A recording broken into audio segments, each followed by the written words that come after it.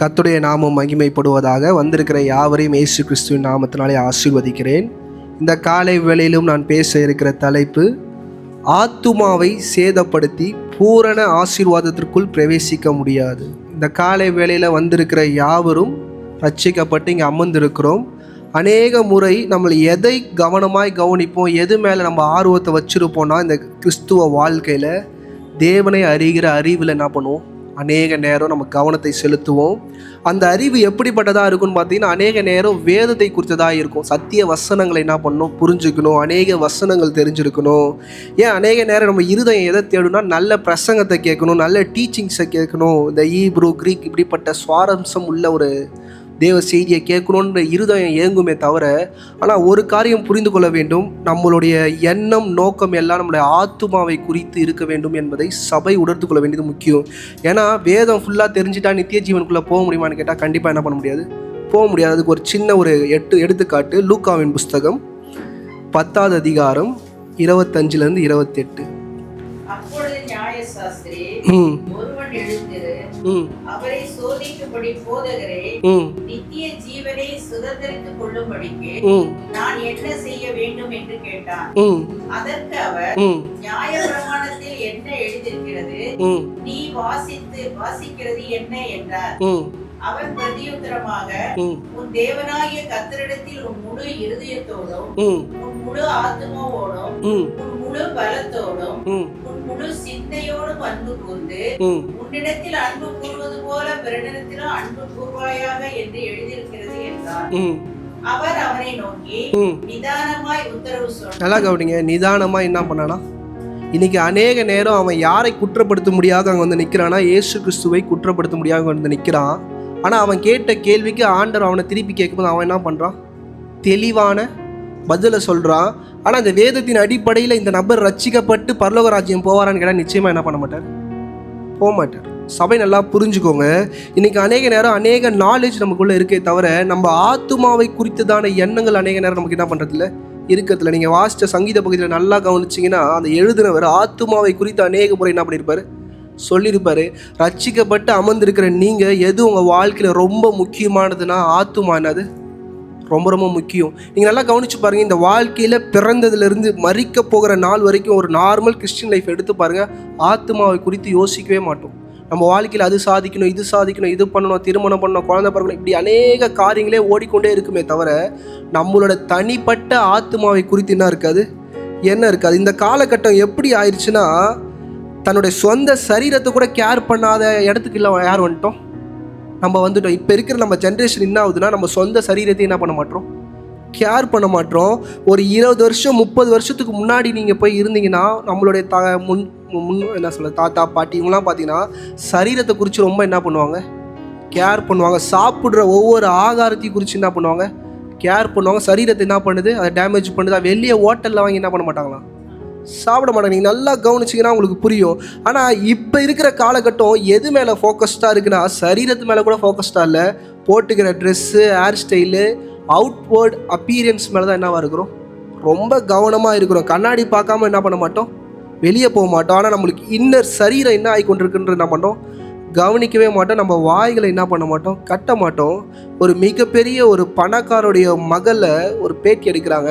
அந்த மகள்கிட்ட கேட்குறாங்க, அவளோட 40 வயசில் கேட்குறாங்க, நீங்கள் 4 குழந்தைக்கு தாயாக இருக்கிறீங்க, எப்படி இவ்வளோ அழகாக இவ்வளோ பியூட்டியாக இருக்கிறீங்க, இந்த சீக்ரெட் என்ன பண்ணுங்கள், வெளியே சொல்லுங்கன்னு சொல்லும் போது அவள் அந்த அந்த அந்த நபர் சொன்னது, அவர் ரட்சிக்கப்பட்டவங்களான்னு எனக்கு தெரியல, 25 வயசில் நான் 120 கிலோ இருந்தேன். என்னது 120 கிலோ இருந்தேன். எங்கள் அப்பா நான் கேட்டது எல்லாமே என்ன பண்ணார், எனக்கு வாங்கி கொடுத்தார். நான் திருமணம் பண்ணியிருக்கிற என் ஹஸ்பண்ட் கூட நான் ஆசைப்பட்டவர், அவருக்கு விருப்பமா இல்லையான்னு தெரியல, எங்கள் அப்பா கிட்ட சொல்லிட்டு என்ன பண்ணிட்டாரு, திருமணம் பண்ணி வச்சுட்டார். எங்கள் அப்பா கிட்ட இருக்கிற வெல்த்துனால இந்த நபர் என்ன பண்ணிட்டாரு, என் கூடயே இருக்கிறார். இப்படி எல்லாத்தையும் என் உலகத்தில் நான் வாழ்க்கையில் அனுபவிச்சிட்டேன்.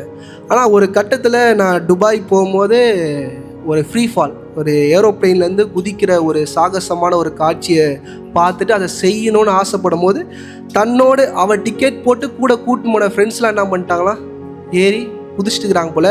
இவ போய் நிற்கும் போது அந்த பைலட் சொல்லியிருக்கிறாரு, உன்னோட வெயிட் என்னவா இருக்குது, அதிகமாக இருக்குது, உன்னால் என்ன பண்ண முடியாது, குதிக்க முடியாது. ஸ்பெசிஃபிக்காக இந்த இடத்துல இருந்து குதிக்க முடியாது. இப்போ ரொம்ப டென்ஷனாக அவங்க அப்பாவுக்கு ஃபோன் பண்ணி, அப்பா என்னை இது மாதிரி இது பண்ணிட்டாங்க, என்னை அசிங்கப்படுத்திட்டாங்க, நான் மேலேருந்து என்னால் என்ன பண்ண முடியாது, குதிக்க முடியாது, நீ தகுதி இல்லைன்னு சொன்னாங்கன்னு சொல்லி அவங்க அப்பா கிட்ட சொல்லும் போது அவங்க அப்பா என்ன சொன்னார், நான் வேறு ஒரு ஃப்ளைட்டை வாங்கி உன்னை வேறு ஏரியாவில் கூட குதிக்க வைக்கிறேன், துபாயில் என்னால் என்ன பண்ண முடியாது, ஒன்றும் பண்ண முடியாது, என்னை மன்னிச்சிருமான்னு சொல்லி கேட்டாராம். அந்த மகள் சொல்கிறா, என் வாழ்க்கையில் முதல் முறை எங்கள் அப்பா சொன்னது நோ, இதுக்கு மட்டும்தான். என்னது, அன்றைக்கி தான் புரிஞ்சுது என் சரீரம் எவ்வளோ முக்கியம். இன்றைக்கி அநேக நேரம் என் சரீரம் ஒழுங்காக இருந்தால் என் உலகத்தில் சில விஷயங்களை என்னால் என்ன பண்ண முடியும், சுதந்திரித்து கொள்ள முடியும், நான் சாதிச்சுக்க முடியும், என்னோடய இன்டர்னல் ப்ளஷர் என்ன பண்ண முடியும், தீர்த்துக்க முடியும். என் சரீரம் என்ன பண்ணுது, அதை தடை பண்ணுதுன்னு சொல்லி அவள் அன்றைக்கி எடுத்த முடிவு அவளோட 40வது வயசில் அவள் பேட்டி கொடுக்கும்போது சொல்கிறா, நான் எந்த பியூட்டி திங்ஸ் எதுவுமே நான் போடலை, நான் சாப்பிட்ற சாப்பாடு, என்னோடய வேக்கப் டைம், நான் எழுந்துக்கிற டைம்,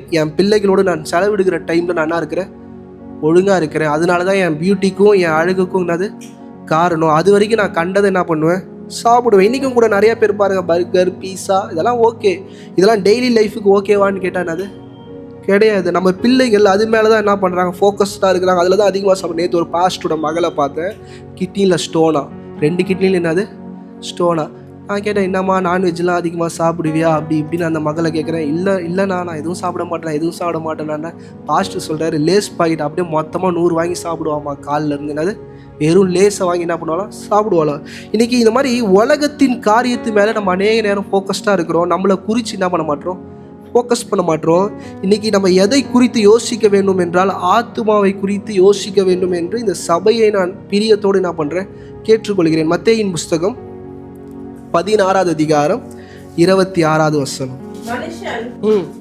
உலகம் முழுவதையும் ஆதாயப்படுத்திக் கொண்டாலும், நல்லா கவனிங்க, உலகத்தை ஃபுல்லுத்தையும் நம்ம கையில் கொண்டு வந்தாலும் ஜீவனை நஷ்டப்படுத்தினால் அவனுக்கு லாபம் என்ன? நல்லா கவனிங்க, நம்ம ஜீவனை நம்ம நஷ்டப்படுத்திட்டோம், நம்மளோட ஆத்துமாவை நம்ம நஷ்டப்படுத்திட்டோம்னா என்னது, ஒன்றுமே கிடையாது. இந்த காலை வேளையில் யோசிச்சு பாருங்கள், நம்மளோட ஆத்துமா அனுதினமும் நமக்குள்ளே இருந்து ஏங்குது.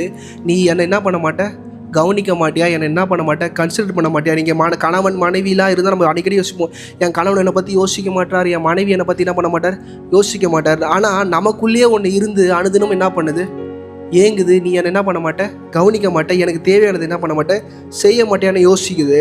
இந்த காலையில் ஒரு விஷயம் புரிஞ்சுக்கோங்க, எல்லாத்தை காட்டிலும் நம்ம விசேஷித்தவர்கள் என்பதை என்ன பண்ணாதீங்க, மறந்துடாதீங்க. தேவன் அநேக காரியங்களை படைத்தாலும் நம்ம மேலே அவர் என்னவா இருக்கிறார், மிக கவனமாக இருக்கிறார்ன்றதை என்ன பண்ணுறாதீங்க, மறந்துடாதீங்க. லூக்கா 12வது அதிகாரம் 24வது வசனம். காலங்களை கவனித்து பாருங்கள், அவைகள் விதைக்கிறதும் இல்லை, அறுக்கிறதும் இல்லை, அவைகளுக்கு பண்டகசாலையும் இல்லை, களஞ்சியமும் இல்லை, இல்லாவிட்டாலும் அவைகளையும் தேவன் விலை கூட்டுகிறார். பறவைகளை பார்க்கிலும் நீங்கள் எவ்வளவோ விசேஷித்தவர்களாய் இருக்கிறீர்கள். நல்லா கவனிங்க, பறவைகளை பார்க்கிலும் நம்ம எவ்வளவோ என்ன பண்ணிருக்கோமா, விசேஷித்தவர்களாக இருக்கிறோம். காரணம் என்ன? மத்தேயு 10:31.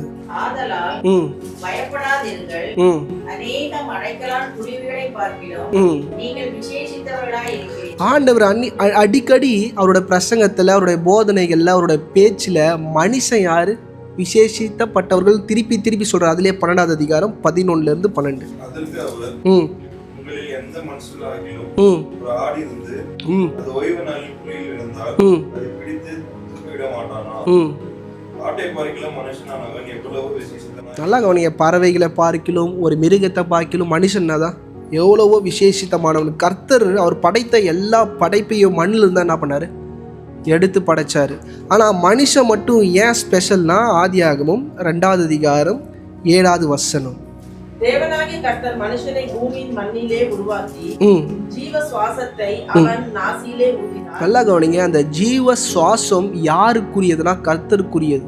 நீங்க இங்க வீரோட அமர்ந்து இருக்கிறீங்கன்னா அந்த ஜீவனுக்குரியவர் யாரு, கர்த்தர். அது யாருக்கிட்ட போய் சேரணும், கர்த்தர்கிட்ட தான் போய் சேரணும். அதை குறித்த கவனம் இந்த பூமியில வாழும் போது நீங்க மிக எச்சரிக்கையா இருக்க வேண்டியது அவசியம். ஏன்னா அதிலே 19 வசனம் வாசிங்க.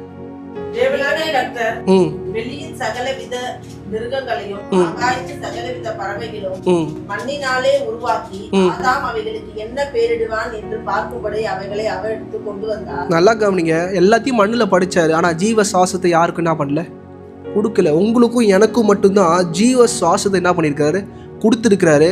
அந்த ஆத்துமா யாருக்குரியதுன்னா கர்த்தருக்குரியது. மானானது நீரோடையை வாஞ்சித்து கதறுவது போல என் ஆத்துமா என்ன பண்ணுமா, கர்த்தரையே இன்றைக்கி யோசிச்சு பாருங்க, நம்ம ஆத்துமா ஆண்டவரை நோக்கி ஏங்கி கொண்டிருக்கு. ஆனால் நம்ம என்ன பண்ணுறோம், நிறைய காவல்களை போட்டு நிறைய இதை போட்டு உலகத்தின் காரியங்கள் உலகத்தின் இச்சைகளை அதுக்கு முன்னாடி வச்சு ஆண்டவர் அதை பார்க்க முடியாமல் என்ன பண்ணுறோம், சபையாக இருக்கிற நாம் அதை தடுத்து கொண்டு இருக்கிறோன்றதை என்ன பண்ணாதீங்க, ஒரு நாளும் மறந்துடாதீங்க. சங்கீத புஸ்தகம் 23:3.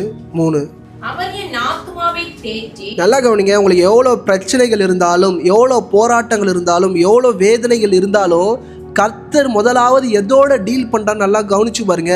உங்கள் சரீர வலியோடு அவர் என்ன பண்ணல, டீல் பண்ணல. உங்கள் குடும்ப பிரச்சனையோடு அவர் என்ன பண்ணல, டீல் பண்ணல. அவர் முதல்ல எங்கே வந்து நிற்கிறாருன்னா, உங்கள் ஆத்துமா கிட்ட வந்து நிற்கிறாரு. இந்த குடும்ப பிரச்சனையில், இந்த சரீர பிரச்சனையில் ஒரு நாளாவது ஆண்டவர், ஏன் ஆண்டவர் என் வாழ்க்கை இப்படின்றீங்களே, அந்த இடம் எதுனா உங்கள் ஆத்துமாவை நீங்கள் காயப்படுத்துகிற இடம். அதுக்கு தான் ஆண்டவர் சொல்கிறார், முதல்ல வந்து நான் எந்த இடத்துல கை வைப்பேன்னா உன் ஆத்துமால தான் என்ன பண்ணுவேன், கை வைப்பேன். படிங்கம்மா. அவர் என் ஆத்துமாவை தேற்றி நம்முடைய நாமத்தின் நிமித்தம் என்னை நீதியின் பாதைகளில் நடத்துகிறார். அதுக்கப்புறம் தான் நம்மளை நீதியின் பாதையில் என்ன பண்ணுவார், நடத்துவார், நம்மளை பாதுகாப்பார், நம்மளை உயர்த்துவார். இது எல்லாமே என்னது, செகண்டரி. ஆண்டவர் முதல்ல உங்ககிட்ட வந்து தனிப்பட்ட முறையில் யார் கூட டீல் பண்ணுறாருன்னா, ஜஸ்டின் பிரகாசம் நான். ஆமாம். ஆனால் எனக்குள்ளே இருக்கிற ஆத்துமாவை தான் முதல்ல அவர் என்ன பண்ணுறாரு, டீல் பண்ணுறாரு. எனக்காக வந்து நிற்கிறார் பாஸ்டர் நீங்கள் சொல்கிறீங்களே, உங்களுக்காக அவர் வந்து நிற்கல, உங்கள் ஆத்துமாக்காக தான் வந்து என்ன பண்ணுறாரு, வந்து நிற்கிறாரு. அந்த ஆத்துமா யாருக்குரியதுன்னா அவருக்குரியதாக இருக்குது. அப்படிப்பட்ட ஒரு உணர்வு நமக்குள்ளே இருக்கா? இந்த கால வேளையில் கர்த்தர் உங்களோடு பேசுகிற ஒரு காரியம் என்னன்னா அதான், வேறு எதுவுமே கிடையாது. எனக்கு உன் ஆத்துமா என்னது ரொம்ப ரொம்ப முக்கியம். எபிரேயர் 9:27. ஒரே தரம் மரிப்பதும் பின்பு நியாயத்தீர்ப்படைவதும் மனுஷருக்கு நியமிக்கப்பட்டிருக்கிறபடியே. நல்லா கவனிங்க. ஒரு முறை நம்ம என்ன பண்ண போகிறோம், மரிக்க போகிறோம். ஆனால் அடுத்தது என்னது, நியாய தீர்ப்புக்கு முன்னாடி போய் நிற்க போகிறோன்றத சபை ஒரு காலம் இந்த பூமியில் வாழும்போது என்ன பண்ணக்கூடாது, மறந்துடக்கூடாது. இப்போ இருக்கிற சில கிறிஸ்தவர்கிட்ட பேசினா பார்த்துக்கலாம், ஜட்ஜ்மெண்ட் டே தானே என்னது பார்த்துக்கலாம், அதுக்கு ஒரு படி மேலே போய் நரகமா என்னது பார்த்துக்கலாம். ஒன்றும் இல்லை, வீட்டில் ஒரு 2 மணி நேரம் கரண்ட் ஆஃப் ஆனால் என்ன பண்ண முடியல, இருக்க முடியல. அந்த இடத்துக்குலாம் போனால் அது எப்படி இருக்குன்னு என்னால் என்ன பண்ண முடியாது, விபரிக்க முடியாது. அப்படி இருக்கும். ஆனால் அந்த இடத்த பார்த்து என்ன சொல்கிறோம், பார்த்துக்கலாம், அந்த இடம் தானே பார்த்துக்கலாம், எல்லோரும் அங்கே தானே போகிறாங்க, நானும் என்ன பண்ணுறேன் அங்கே போகிறேன்ற துணிகரமான பேச்சை என்ன பண்ணிருச்சு, வாயில் வர ஆரம்பிச்சிருச்சு. இன்றைக்கி நல்லா கவனிங்க. லூக்காவின் புஸ்தகம் 16:24-26.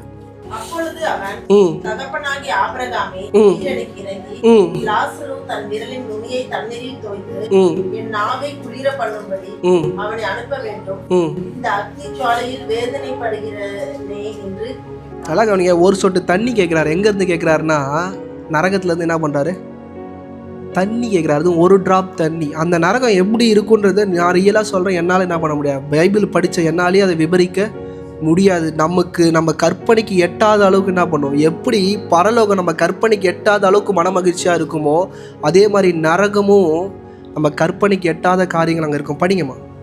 அதற்கு ஆபிரகாம், மகனே, நீ பூமியிலே உயிரோடு இருக்கும் காலத்தில் உன் நன்மைகளை அனுபவித்தாய், லாசரும் அப்படியே தீமைகளை அனுபவித்தார். இப்ப நல்ல அவன் நன்மைன்னு எதை அவர் மீன் பண்றாருன்னா, இச்சைகளை என்ன பண்ணிருக்கிறான், அனுபவிச்சிருக்கிறான். அவனுக்கு என்ன பிடிக்குமோ, அவனுக்கு என்ன பிரியமோ, அவனுக்கு என்ன தேவையோ அதை என்ன பண்ணிருக்கிறான், பூமியில அனுபவிச்சிருக்கான். லாசரு தீமைனா கிறிஸ்துவுக்காக, தேவனுக்காக நம்ம படுகிற பாடுகள் எல்லாமே எப்படி இருக்கும், அநேக நேரம் தீமை மாதிரி இருக்கும். அவன் அதை என்ன பண்ணிருக்கான், அனுபவிச்சிருக்கிறான். படிங்கம்மா. அதை நினைத்துக்கொள், இப்பொழுது அவன் தேற்றப்படுகிறான், நீயோ வேதனைப்படுகிறாய். இந்த வேதனை மிக மோசமானதுங்க. இந்த சபை இந்த கால வேலை ஒரு சின்ன ஒரு வீடியோ போடலாம்னு நினைச்சேன். ஆனால் அந்த வீடியோ சபைக்குள்ளே போட எனக்கு நல்ல விருப்பம் இல்லை. ஏன்னா சபைக்குள்ளே நரகத்தை நான் க்ளோரிஃபை பண்ண என்ன பண்ணல, விரும்பல. ஆனால் உங்கள் இருதயத்தில் சொல்கிறேன், அது மிக மோசமானது, உங்கள் கற்பனைக்கும் எட்டாதது. ஏன்னா இந்த ரூம்குள்ளே எல்லா ஃபேனு ஏசி ஈசிலாம் ஆஃப் பண்ணிட்டு ஒரு மே மாதம் உச்சி வெயிலில் உள்ளே உட்காந்து எல்லோரும் கதை சாத்தின்னு வச்சுக்கோங்களேன், ஒரு 8 மணி நேரம் நம்மளால் என்ன பண்ண முடியாது, உள்ளே இருக்க முடியாது. நரகம் அதை விட எத்தனை மடங்கு பெருசுன்னு எனக்கு தெரியல. மத்தேயின் புஸ்தகம் 20 மத்தேயு 10:28. ஆத்துமாவை கொல்ல வல்லவர்களாயிராமல் சரீரத்தை மாத்திரம் கொல்லுகிறவர்களுக்கு நீங்கள் பயப்பட வேண்டாம், ஆத்துமாவையும் சரீரத்தையும் நரகத்திலே அழிக்க வல்லவருக்கே பயப்படும். நம்ம யாருக்கு பயப்படணுமா? இந்த உலகத்தில் இருக்கிற மனுஷனால எதை அழிக்க முடியும்னு கேட்டால் சரீரத்தை மட்டும்தான் அழிக்க முடியுமா? ஆனால் கர்த்தருக்கு நம்ம ஏன் பயப்படணும், அவர் ரெண்டுத்தையும் என்ன பண்ணுவாரா, அழிப்பாரா. இன்றைக்கி சபை நல்லா புரிஞ்சுக்கோங்க. இந்த அழிவுன்ற வார்த்தை வந்து லிட்டரலாக நம்ம அப்படி எடுத்துக்கக்கூடாது. ஏன்னா அதை எழுதுனவர் அப்படி என்ன பண்ணியிருக்காரு, அழிவுன்னு எழுதியிருக்கிறாரு. இன்றைக்கி சொல்கிறேன், இந்த பூமியில் இருக்கிற யாருக்குமே என்ன கிடையாது, அழிவே சாவாமைன்ற ஒரு வார்த்தை எல்லாரும் இந்த கிறிஸ்துவத்தில் அதிகமாக பரவுது. இன்றைக்கி சொல்கிற சாவாய்மைன்றது 100% உண்மை. யாரும் என்ன பண்ண மாட்டோம், நம்ம ஆத்துமா சாவாதுன்ற ஒரு உணர்வுக்குள்ளே நீங்கள் இருக்க வேண்டியது மிக மிக அவசியம். இன்றைக்கி முதல் ஒரு விஷயத்தை நல்லா புரிஞ்சுக்கோங்க.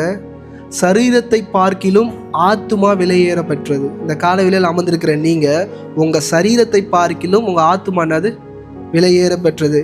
சரீரத்தை விட ஆத்துமாவை குறித்து நீங்கள் அதிகமாக என்ன பண்ணணும், கவலைப்படணும். இன்றைக்கி உங்கள் சரீரத்தை விட உங்கள் ஆத்மாவை குறித்து அதிகமாக நீங்கள் என்ன பண்ணணும், கவலைப்படணும். இந்த உலகத்தில் இருக்கிற பொருட்கள் அறிஞ்சிடும், உங்கள் ஆத்மா என்ன பண்ணாது, அழியாது. இந்த அமர்ந்திருக்கிற நீங்கள் மிக கவனமாக கவனிக்கணும். எல்லோரும் நிற்கிறோம், நம்ம மறிச்சிட்டோம், அவ்வளோதான், நம்ம அப்படியே முடிஞ்சிருச்சுன்னு நினைக்கிறோம். ஆனால் மறித்த பிறகு ஒரு சுவாரஸ்யமான ஒரு காரியம் இருக்குது. 2 தெசலோனிக்கேயர் 1:10. அவருடைய சந்நிதானத்திலிருந்தும் அவருடைய வல்லமை பொருந்திய மகிமையிலிருந்தும் நீங்களாகி நித்திய அழிவாகிய தண்டனையை அடைவார்கள். நித்திய அழிவான தண்டனையை என்ன பண்ணுவாங்களாம், அடைவாங்களாம். இதுக்கு அர்த்தம் என்னன்னா, ஆத்துமாக்கு என்ன கிடையாது, அழிவே கிடையாது. ஒருத்தவங்க நித்தியமாய் பரலோகத்தில் ஜாலியாக இருப்பாங்க, இன்னொரு பக்கம் நித்தியமாய் ஆக்கினைக்குள்ளே என்ன பண்ணுவாங்க, இருப்பாங்க. அதுலேருந்து தப்பிக்கவே முடியாது. ஆண்டவர் என்ன சொல்கிறாருன்னா, இந்த பூமியில் வாழும் போது தயவு செய்து என்ன பண்ணு, ஒழுங்காக வாழ்ந்துரு. ஏன்னா அங்கேருந்து ஆபிரகாம் சொல்லும் போது அதான் சொல்லுவார், உனக்கும் எனக்கும் நடுவில் என்ன இருக்குது, பிளவு இருக்குது. என்னால் அங்கே வர முடியாது, உன்னால் என்ன பண்ண முடியாது, இங்கே வர முடியாதுன்ற ஒரு விஷயத்தை அந்த லாசரோட ஈவெண்ட்டில் நம்ம என்ன பண்ணலாம், அழகாக படிக்கலாம். ப்ராவர்ப்ஸ் நீதிமொழிகள் 8:35-36. என்னை கண்டடைகிறவன் ஜீவனை கண்டடைகிறான். நல்லா கவனிங்க, என்னை கண்டடைகிறவன் ஜீவனை என்ன பண்ணுறாராம். இன்றைக்கி முதலாவது தேவன் யார் என்று நம்ம புரியும் போது தான் நம்ம யாருன்னு நமக்கு என்ன பண்ணும், புரியும். ஒரு எல்லாரும் நினைக்கிறீங்க நித்திய ஜீவன் அது வேறு, அது நெக்ஸ்ட்டு. முதல்ல யார் தெய்வம் யார், கடவுள் யாருன்ற அந்த உணர்வுக்குள்ளே வரோமோ அப்போ தான் நம்ம யாருன்னு நமக்கு என்ன பண்ண புரிய முடியும். நீங்கள் அநேகர் நினைக்கிறாங்க வேதத்தை ஃபுல்லாக தெரிஞ்சு தான் எனக்கு ஆண்டவர் யாருன்னு தெரியும். இல்லவே இல்லை. இந்த சபையிலேருந்து ஆழமாக சொல்கிற வேதத்தை வச்சு நித்திய ஜீவனுக்குள்ளே என்ன பண்ண முடியாது, போகவே முடியாது. எனக்கு பாஸ்டர் எனக்கு எல்லா ஜெனிசஸ்லேருந்து ரெவல்யூஷன் வரைக்கும் எல்லாம் தெரியும். சொல்லப்போனால் என் பாஸ்டரோட நிறையா தெரியும்னு சொல்கிறவங்களுக்கு கூட என்ன கிடையாது, நித்திய ஜீவன் கிடையாது. ஏன்னா ஒருத்தன் வந்து அப்படி தான் ஆண்டவர்கிட்ட பேசுகிறான், நித்திய ஜீவனுக்கு போகிறதுக்கு என்ன பண்ண ஆண்டவர்னு கேட்குறான். அவர் சொன்னோடனே இவன் எல்லாத்துக்கும் என்ன பண்ணுறான், கரெக்டாக ஆன்சர் சொல்கிறான். ஆனால் அவனோட இருதயம் அவனுடைய ஆத்துமா எதுக்கு இல்லை, தயாராக இல்லை. வாசிங்கம்மா.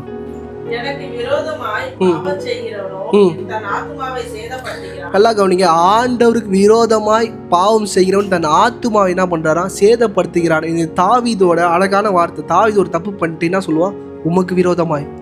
ஆண்டவரும் சொல்றாரு, ஆண்டவருக்கு விரோதமான பாவம் எதுனா அவருடைய கட்டளைகளை அவர் பிரமாணங்களை மீறி செய்கிற எல்லா பாவமும் அவருக்கு விரோதமான பாவம் தான். நான் யாராச்சும் நான் அடிச்சிட்டா கூட நான் இந்த நபரை அடிச்சிட்டேன்னு சொல்ல முடியாது. நான் ஆண்டவருக்கு விரோதமாக தான் என்ன பண்ணியிருக்கிறேன், காரியத்தை பண்ணியிருக்கிறேன்னு நம்ம என்ன பண்ணோம், புரிந்து கொள்ள வேண்டிய விஷயம். இன்னைக்கு ஆத்துமாவை சேதப்படுத்துகிறதுல இருந்து நம்ம எப்படி நம்மளை காத்து கொள்கிறோம் என்கிற 3 காரியத்தை குறித்து நான் என்ன பண்ணுறேன், உங்களோட பேசுகிறேன். முதலாவது காரியம், இயேசு எனக்காக மரித்தார், இயேசு எனக்காக உயிர் தெழுந்தார் என்கிற விசுவாசம் அடிப்படையான கிறிஸ்துவனுக்கு மிக மிக முக்கியமாக இருக்கிறது. 2 கொரிந்தியர் 5:21. நாம் அவருக்குள் தேவனுடைய நீதியாகும்படிக்கு பாவம் அறியாத அவரை நமக்காக பாவமாக்கி. நல்லா கவனிங்க, நமக்காக ஒருத்தர் என்ன பண்ணியிருக்காரு, பாவமா இருக்கிறார்ன்ற உணர்வு அனுதினமும் வரணும். ஏன்னா இந்த உணர்வு எப்போ வரும்னா, நான் பாவின்ற உணர்வு வந்தால் தான் என்ன பண்ணும், வரும். இல்லைன்னா என்ன பண்ணாது, வராது. இந்த காலவெளியில் நம்ம பண்ணுகிற பாவங்கள் ஏராளமான அதை குறித்து உணர்வே இல்லாத ஒரு வாழ்க்கை இந்த பூமியில் என்ன பண்ணுறோம், நம்ம ஜாலியாக வாழ்ந்து கொண்டிருக்கிறோம். ஏன்னா ஆண்டவர் ஒன்றும் பண்ணுறது இல்லையே. நான் என்ன பண்ணாலும் ஆண்டவர் என்ன பண்ணுறாரு, ஏற்றுக்கிறார். நான் சபைக்குள்ளே வந்துடுறேன், எனக்கு எதுவுமே நடக்கலையே, எல்லாமே ஸ்மூத்ஃபுல்லாக போகுது. இன்றைக்கி புதிய உடன்படிக்கை எடுத்தால் கூட எனக்கு ஒன்றுமே ஆக மாட்டேங்குது. அப்பத்திய ரசத்தையும் நான் எடுத்து நான் பானம் பண்ணுறேன், பைபிளில் எப்படி சொல்லியிருக்கு, என்னை அடிச்சிடுவார், மறிச்சு போயிருக்கிறான், இப்படி அநேக காரியங்கள் இருக்கு. ஆனால் என் வாழ்க்கையில் ஒன்றும் எடுக்கல, நான் நல்லா தானே இருக்கிறோன்ற அநேக கேள்விகள் உங்களுக்குள்ளே இருக்கலாம். 1 பேதுரு 2:23-24. 1 பேதுரு 2:20. நீங்கள் அழைக்கப்பட்டு இருக்கிறீர்கள், ஏனெனில் கிறிஸ்து உங்களுக்காக பாடுபட்டு நீங்கள் தம்முடைய அடிச்சுவடுகளை தொடர்ந்து வரும்படி உங்களுக்கு மாதிரியை பின்பற்றி போனார். நல்லா கவனிங்க, அவரோட வாழ்க்கையை தான் என்ன பண்ணியிருக்கிறாரு, முன்மாதிரியாய் உங்களுக்கு வச்சிருக்கிறார். இன்னைக்கு ஜஸ்டின் பிரகாசம் ஆகிய என்னுடைய வாழ்க்கையை நீங்கள் ஒரு காலம் என்ன பண்ணக்கூடாது, பின்கொடுத்தக்கூடாது. பாஸ்டரே அப்படி தான் இருக்கிறார், நான் என்ன பண்ணுவேன், அப்படி இருப்பேன்னு உங்கள் வாயிலேருந்து ஒரு வாட்டி என்ன பண்ணக்கூடாது, வரக்கூடாது. படிங்கம்மா. அவர் பாவம் செய்யவில்லை, அவருடைய வாயிலே வஞ்சனை காணப்படவும் இல்லை. நல்லா கவனிங்க, அவரோட வாயில் என்ன இல்லையா? வஞ்சனை இல்லையா? நீங்கள் சபைக்குள்ளே அமர்ந்திருக்கிறோம், நம்ம பெரிய பாவங்கள் எதுவும் பண்ண மாட்டோம், ஆனால் வாயில் என்ன இருக்கும்? வஞ்சனையாகின காரியங்கள் இருக்கும். சில பேர் பாருங்கள், வாயை திறந்து பேச மாட்டாங்க, அவங்க கண்ணால் பார்க்கும் போதே AK-47 எடுத்து சுடுற மாதிரி இருக்கும். பார்த்துருக்கிறீங்களா? ஒருத்தவங்க வீட்டுக்குள்ளே நீங்கள் சாப்பிட்லான்னு போவீங்க, ஆனால் அவங்க கண்ணில் உங்களை பார்க்குற பார்வையிலே நீங்கள் என்ன பண்ண மாட்டீங்க? சாப்பிடாம இல்லை வேணாம் நாங்கள் வீட்டுக்கு போய் என்ன பண்ணுறோம், சாப்பிட்றோம், வீட்டில் சாப்பாடுலாம் என்ன இருக்குது, அந்த கண்ணிலே காட்டுவாங்க. ஏன்டா வீட்டுக்குள்ளே நீ வந்தன்றதை காட்டுவாங்க. படிங்கம்மா. அவர் வையப்படும் போது பதில் வையாமலும். நல்லா கவனிங்க, யாராச்சும் உங்களை திட்டும் போது, யாராச்சும் உங்களை அழுத்தும் போது நீங்கள் என்ன பண்ணக்கூடாது? திருப்பி இன்னைக்கு குடும்பத்துக்குள்ளேயே நம்ம திருப்பி என்ன பண்ணுறோம்? பெரிய சண்டைகளை என்ன பண்ணுறோம்? உண்டு பண்ணுறோம். படிங்கம்மா. பாடுபடும் போது பயமுறுத்தாமலும் நியாயமாய் தீர்ப்பு செய்கிறவருக்கு தம்மை ஒப்புவித்தார். நல்லா கவனிங்க, இந்த வாழ்க்கையை அவருக்கென்று என்ன பண்ணுங்க? ஒப்பு கொடுங்க. பிரச்சனைகள், போராட்டங்கள், அழுத்தங்கள், வேதனைகள், கண்ணீரில் அவருக்கு என்ன பண்ணுங்க? இன்னைக்கு ஸ்ட்ரெஸ்ஸுன்னு சொல்லிட்டு தேவையில்லாத காரியத்தை என்ன பண்ணாதீங்க. வாழ்க்கையில் ஒரு காலம் ஒரு வேலையும் என்ன பண்ணாதீங்க. நான் பேச உங்களுக்கு புரியும். இந்த கால வேளையில் அமர்ந்திருக்கிற நீங்கள், நான் சொல்லுகிற இந்த அதிகாரத்தை மிக கவனமாக எல்லாரும் சேர்ந்து என்ன பண்ணுங்க? வாசிக்க வேண்டியது அவசியம். மார்க்கின் புஸ்தகம் எல்லாரும் எடுத்துக்கோங்க, எல்லாரும் ஒன்றா வாசிங்க. 10வது அதிகாரம் 17 21. மார்க் 10வது அதிகாரம் 17 21. எல்லாரும் சேர்ந்து வாசி. அவர் புறப்பட்டு வழியே போகையில் ஒருவன் ஓடி வந்து அவருக்கு முன்பாக முழங்கால் படியிட்டு, நல்ல போதகரே, நித்திய ஜீவனை சுதந்தரித்துக்கொள்ளும்படி நான் என்ன செய்ய வேண்டும் என்று கேட்டார். அதற்கு இயேசு, நீ நபிகளை உலகத்திற்கு சொல்வானே, தேவன் ஒருவரை தவிர நல்லவர் ஒருவரும் இல்லையே. விபச்சாரம் செய்யாதிருப்பாயாக, கொலை செய்யாதிருப்பாயாக, களவு செய்யாதிருப்பாயாக, பொய் சாட்சி சொல்லாதிருப்பாயாக, வஞ்சனை செய்யாதிருப்பாயாக, உன் தகப்பனையும் தாயையும் கனம் பண்ணுவாயாக என்கிற கற்பனைகளை அறிந்திருக்கிறாயே என்றார். அதற்கு அவர், போதகரே, இவையெல்லாம் என் சிறு வயதில் கைக்கொள்கிறேன் என்றார். இயேசு அவனை பார்த்து, இவ்விடத்தில் அன்பு கூர்ந்து தடுக்கிற ஒரு குறைகிறேன்.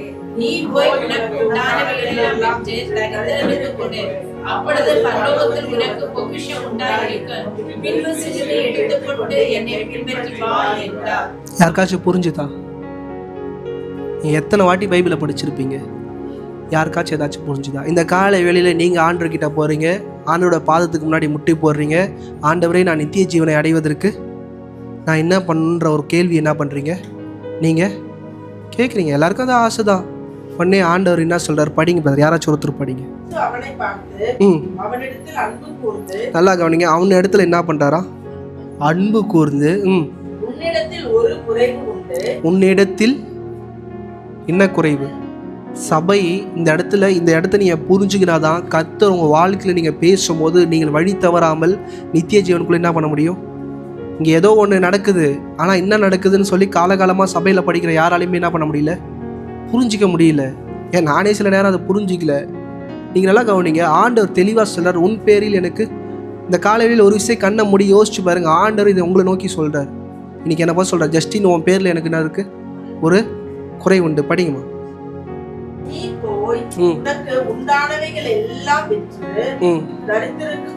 இந்த காலையில் நல்லா யோசிச்சு பாருங்க. நீங்கள் நித்திய ஜீவனுக்காக ஆண்டவர்கிட்ட போகிறீங்க. ஆண்டவர் சொல்கிறார், உன் பேரில் எனக்கு ஒரு குறை இருக்குது. ஒன்றும் இல்லை, இந்த சபையில் அமர்ந்துருக்கிற நீங்கள் எல்லாருமே, சிஸ்டர், பிரதர், உங்கள் கையில் இருக்கிற நகை, உங்கள் பணம், உங்கள் செல்ஃபோன் எல்லாத்தையும் என்ன பண்ணுங்கள்? இந்த காணி சும்மா சொல்கிறேன், ஐயோ பாஸ்ட் சொல்லிட்டேன்ற பாருங்க, இந்த காணிக்கை பெட்டியில் வச்சுட்டு போங்கன்னா இங்கேருந்து எத்தனை பேர் போவீங்க? உண்மையாக சொல்லுங்கள். நீங்கள் என்ன சும்மா வந்து கேட்குறீங்க, பாஸ்டர் நான் பரலோகம் போகணுன்னு என்ன கேட்குறீங்க. சிரிக்கக்கூடிய காரியம் இல்லை, சிந்திக்கக்கூடிய காரியம்.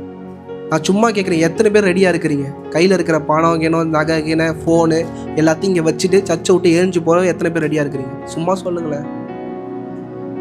அம்மா ரெடியாக இருக்கிறாங்க, சிஸ்டர் ரெடியாக இருக்கும். எல்லாருக்கும் பேங்க் பேலன்ஸ் கம்மியாக இருக்கலாம். அவன் நல்லா. அப்புறம் ரோஷன் பிரதர் ரெடியா? இது நிஜமாலே உண்மையா நீங்கள் சொல்கிறது? ஒன்றுமே இல்லை, நீங்கள் வாங்கின புது ஃபோனை வச்சுட்டு போங்கன்னு நான் சொல்கிறாரு, வச்சுட்டு போயிடுவீங்களா? இல்லை உங்களுக்கு உண்டான ஆஸ்தி, உங்கள் வீடு, சொத்து, ஃப்ராங்காக கேட்குறேன், உண்மையாக ஜாலியாக சொல்லுங்கள். ஆண்டவரை கேட்டால் கூட நம்ம ஆள் யோசிக்கிறாள் தான். அங்கேருந்து அவன் யோசிக்கல, திரும்பி என்ன பண்ணிட்டான்? போயிட்டான். நான் உண்மையாக கேட்குறேன், நானே இந்த கால வேளையில் கேட்குறேன். நான் தான் ஏசு கிறிஸ்துவா அந்த இடத்துல நின்று கேட்குறேன். உங்களுக்கு உண்டானது எல்லாத்தையும் இங்கே என்ன பண்ணுங்கள்? வச்சுட்டு இந்த ஊழியத்தில் என் கூட என்ன பண்ணுங்கள்? சேர்ந்துக்கோங்கன்னா இருதயத்தை தொட்டு சொல்லுங்கள். செய்வீங்களா? மாஸ்டர், என் பிள்ளையை நான் இப்போ தான் படிக்க வச்சுன்னு இருக்கிறேன், கல்யாணம் பண்ணணும், எவ்வளோ விஷயங்கள் இருக்குது, இப்போ தான் எனக்கு பேரப்புள்ள பிறந்திருக்கு, அந்த பேரப்பிள்ளைக்கு நான் சேர்த்து வைக்கணும், எவ்வளோ இருக்குது, இப்போ தான் வீடு கட்டுற கனவு இருக்குது, எல்லாத்தையும் என்ன பண்ணுறீங்க, மண்ணள்ளி போடுறீங்க. இயேசுவே நான் போயிட்டு வரேன்னு எல்லோரும் போவீங்களா இல்லையா? ஆனால் ஆண்டவர் ஒரு விஷயம் சொல்கிறார், உன் பேரில் எனக்கு ஒரு குறை என்று. முன்னாடி இருக்கிற அதிகாரத்துக்கு முன்னாடி இருக்கிற வசனத்தை வாசி. இன்னும் முன்னாடி போங்க, நல்லா கவனிங்க. இயேசு கிறிஸ்து எதை பற்றி பேசுகிறாருன்னு யாருக்காச்சும் புரியுதா? இதெல்லாம் நீங்கள் படித்து புரிஞ்சுக்கணுன்றதுக்காக நான் சொல்லித்தரேன். இயேசு பரலோகத்துக்கு போகிறதுக்கு எதை பற்றி பேசுகிறாருன்னு புரியுதா? 10 கட்டளைகளை பற்றி பேசுகிறாரு. ஆனால் அங்கே மொத்தம் எத்தனை கட்டளைகள் இருக்குது? அது 8. நல்லா புரிஞ்சுக்கோங்க. அவர் முதல் 4 கட்டளைகளை தள்ளுறாரு. என்ன பண்ணுறாரு? முதல் 4 கட்டளைகள் கர்த்தருக்குரியது, சபைக்குரியது, விக்கிரகம் இப்படிப்பட்ட ஆராதனைக்குரியதை தள்ளிட்டு மிச்சம் இருக்கிற 6 கட்டளைகளை என்ன பண்ணுறாரு? பேசுகிறாரு. இந்த காலையில் நல்லா புரிஞ்சுக்கும். ஆண்டவர் அநேக முறை இப்படி தான் பேசுகிறாரு. முன்னாடி இருக்கிற நம்ம மரமண்டியாக இருக்கிறதுனால என்ன பண்ணிடுறோம்? திரும்பி போயிடுறோம். அதில் அவர் பேசுகிற முதல் கட்டளை என்னது? படிங்கம்மா. விபச்சாரம் செய்யாது இருப்பாயாகன்றது ஒரு 7வது கட்டளை. 7வது கட்டளை என்ன சொல்கிறாரு? ஃபர்ஸ்ட் சொல்றாரு. 2வது என்ன சொல்றாரு? கொலை செய்யாது இருப்பாயாகன்றது 6வது கட்டளை. அது 2வது என்ன பண்றாரு சொல்றாரு. 3வது என்ன சொல்றாரு? களவு செய்யாதேன்றது வந்து 8வது கட்டளை. அது 3வது சொல்றாரு. திருப்பி 4வது. ஓகே, அடுத்தது 10 கட்டளைகள் அது இருக்கா? ஏன் ஆண்டவர் சொல்றாரு? இன்னைக்கு ஆண்டவர் கிட்ட பேசும்போது இல்லை ஜபத்தில் போய் உட்காரும் போது இந்த ஆர்கியூமெண்ட்ல என்ன இருக்கிறோன்னா, எனக்கு என்ன தெரியுமோ அதை ஆண்டவர் கிட்ட சொல்லிட்டு வரணும்னு இருக்கிறாரு. அவர் கட்டளைகள்லே இல்லாத ஒரு விஷயத்தை என்ன பண்றாரு? அவன்கிட்ட பேசுறாரு. அவன் என்ன சொன்னான்? சிறு வயதிலிருந்து நான் கடைப்பிடிக்கிறேன்றான். அந்த கட்டளையே இல்லை. அவன் எப்படி என்ன பண்ணுவான்? அங்கே என்ன கட்டளை வரணும் தெரியுமா? சபை நல்லா புரிஞ்சுக்கோங்க. தேவன் அவனோட வழக்காடும் போது ஒரு கட்டளைகளை மறைத்து அந்த கட்டளைக்கு பதிலாக வேற ஒரு கட்டளையை சொல்லிட்டு அடுத்த வசனம் சொல்றாரு, உன் பேரில் எனக்கு என்ன இருக்கு? நம்ம காது கொடுத்து கேட்கறதே இல்லை. அவர் ஏதோ பேசுகிறாரு. நமக்கு என்ன நித்திய ஜீவன் தேவை. அவர் ஒரு கட்டளையை மறைக்கிறாரு. பிறர் பொருளுக்கும் பிறர் பணத்திற்கும் இச்சையாது இருப்பாயாகன்ற கட்டளையை எடுத்துட்டார். ஏன்னா அவன் அதில் தான் என்னவா இருக்கிறான்? வீக்காக இருக்கிறான். அதில் தான் அவன் என்னவா இருக்கிறான்? தப்பாக இருக்கிறான். அவன் நியாய தீர்ப்புக்கு முன்னாடி வந்து நிற்கும் போது எது அவனை பரலோகம் சேர்க்க முடியாத ஆண்டோட பார்வையிலிருந்து தடுக்குதுன்னா அவன்கிட்ட இருக்கிற இச்சித்து சேர்த்து வச்ச பணம். அந்த நாட்களில் யார் கொஞ்சம் வெல்த்தியாக, யார் அதிக பவரோட டாமினேஷன் பண்ண முடியுமோ அவன் எல்லா ஏழைகளோட பணத்தையும் விதவைகளோட பணத்தையும் ஈஸியாக ஏமாற்றி படிக்க தெரியாத பணத்தில் என்ன பண்ணுவானுங்க? வாங்கிடுவாங்க. ஆண்டவர் இதை தான் சொல்கிறாரு, உன் பேரில் எனக்கு ஒரு குறை உண்டு, உன் சொத்து எல்லாத்தையும் ஏன் பண்ணு? வித்துடுனா உன்னோட சொத்து தான் உன்னை பரலோகம் கொண்டு சேர்க்காம என்ன பண்ணுது? உன்னை தடுக்குது. ஏன்னா அதில் யாரோட கண்ணீர் பணம் என்ன இருக்குது? இந்த காலையில் அமர்ந்துருக்கிறீங்க, கடைக்கு போகிறேன் பாஸ்டர், நான் ஒரு 500 ரூபாய் தாள் கொடுக்குறேன். எதிரில் இருக்கிறவன் படிக்க தெரியாதவன் யார்? அவனுக்கு உங்கள் 500 ரூபாயை வாங்கிக்கின்னு மிச்ச காசு எவ்வளோ கொடுக்குறேன் என்ன பண்ணாது? அவன் 2வது 3வது படிச்சிருப்பான். அவன் எக்ஸ்ட்ரா ஒரு 10 ரூபா கொடுத்தா எடுத்து பாக்கெட்டில் போட்டு பரவாயில்ல என்ன பண்ணிட்டான்? வந்தீங்கன்னா நித்திய ஜீவன் என்ன பண்ணுவாது? மற்றவங்களுடைய 1 ரூபாய் காசு கூட உங்களோட ஆஸ்தியில் என்ன பண்ணக்கூடாது? சேரக்கூடாது. ஆண்டவர் இதை தான் அவங்ககிட்ட பேச வர்றார். நீ இச்சித்து சேர்த்த உன் ஆஸ்தி உன்னோட இணைஞ்சிருச்சு, அதை வச்சுட்டு உன்னால் என்ன பண்ண முடியாது? வர முடியாது. அதுதான் டோட்டல் வாஷ் அவுட்ன்றார். என்ன பண்ணுறாரு? நீ மொத்தத்தையும் கொடுத்தாதான் அவனை என்ன பண்ண முடியும்? மன்னிக்க முடியுன்ற ஒரு ஆடான ஒரு ஸ்டேட்மெண்ட் என்ன பண்ணுறாரு? வைக்கிறாரு. ஆனால் அவனுக்கு அது புரியல. இன்னைக்கு அவர் இந்த மாதிரி எக்ஸ்பிளைன் பண்ணியிருந்தாருன்னா, 10வது கட்டளை நீ தவறிட்ட, இதெல்லாம் நீ ஏமாத்திட்டன்னு சொல்லியிருந்தா அவன் ஒரு வேளை யோசிச்சு எல்லாத்தையும் 0 ஆக்கிட்டு ஃபர்ஸ்ட்லேருந்து என்ன பண்ணியிருப்பான்? ஆரம்பிச்சிருப்பான். ஆனால் ஆண்டவர் உங்களுக்கு சொல்கிறேன், கிளி பிள்ளைக்கு சொல்கிற மாதிரிலாம் எல்லாம் வாட்டி என்ன பண்ண மாட்டார்? சொல்ல மாட்டார். சில நேரம் பிரசங்கம் உங்களை நோக்கி வரும்போது நீங்கள் என்ன தெரியுமா நினைப்பேன்? இது எனக்கு இல்லை, பக்கத்தில் இருக்கிறவங்களுக்கு. இன்றைக்கி இந்த காலையில நான் சொல்கிறேன், இங்கே அமர்ந்திருப்பீங்கன்னா வேதத்தை விட கர்த்தரை புரிஞ்சுக்கிறது ரொம்ப ஈஸி கிடையாது. Bible it's very easy to understand. 2 tool commentary இதெல்லாம் இருந்து இப்படி திறந்து வச்சிங்கன்னா எல்லாத்துக்கும் என்ன தெரியும்? இதுக்கு தான் பேசிக்கிறான்னு தெரியும். ஆனால் ஆண்டவரை உணர்வது ஈஸி கிடையாது. இந்த காலையில் அமர்ந்திருக்கிறீங்க, பிறர் பொருளுக்கு என்ன பண்ணாதீங்க? இச்சியாமல் இருக்க வேண்டியது அவசியம். பரலோக ராஜ்யத்துக்குள்ளே என்ன பண்ண முடியாதா? பிரவேசிக்க முடியாது. ஆனால் அவர் சொன்ன மற்ற கட்டளைகளில் எங்கே உங்களுக்கு பிரச்சனை இருந்தாலும் பரலோகம் என்ன பண்ண முடியாது? போக முடியாதுன்றதையும் என்ன பண்ணுறாதீங்க, மறந்துடாதீங்க. we need to follow the word of God in spirit.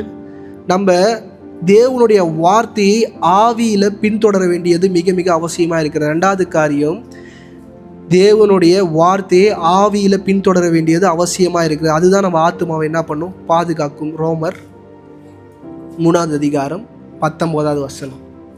மேலும் வாய்கள் யாவும் அடைக்கப்படும்படிக்கும் உலகத்தார் யாவருமே தேவனுடைய ஆக்கினி தீர்ப்புக்கு ஏதுவாகும்படிக்கும் நியாய பிரமாணம் சொல்லுகிறதெல்லாம் நியாய பிரமாணத்திற்கு உட்பட்டவர்களுக்கே சொல்லுகிறது என்று அறிந்திருக்கிறோம். நல்லா கவனிங்க, பைபிள் யாருக்கு பேசுதுன்னா ரட்சிக்கப்பட்டுட்டேன் ஞானஸ்தானம் எடுத்துட்டேன்னு சொல்றவங்களுக்கு தான் என்ன பண்ணுது பேசுதுன்றத முதல்ல புரிஞ்சுக்கும்.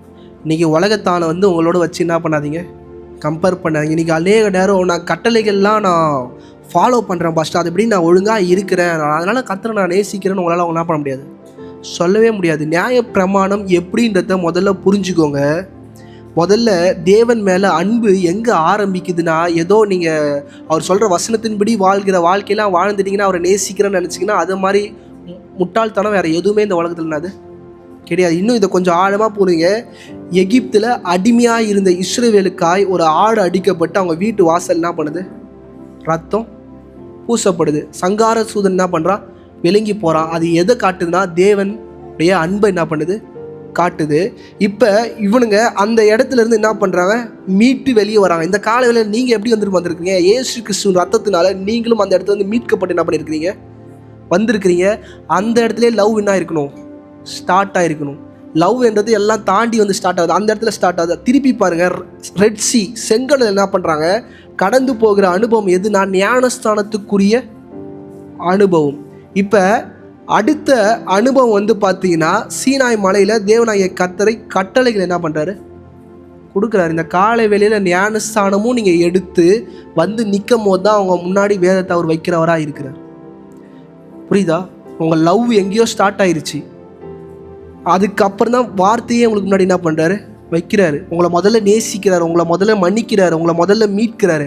அதுக்கப்புறம் தான் வார்த்தையை கொடுத்து என்ன பண்ண செய்கின்றார். யோவான் 14:15. நீங்கள் என்னிடத்தில் அன்பாய் இருந்தால் என் கற்பனைகளை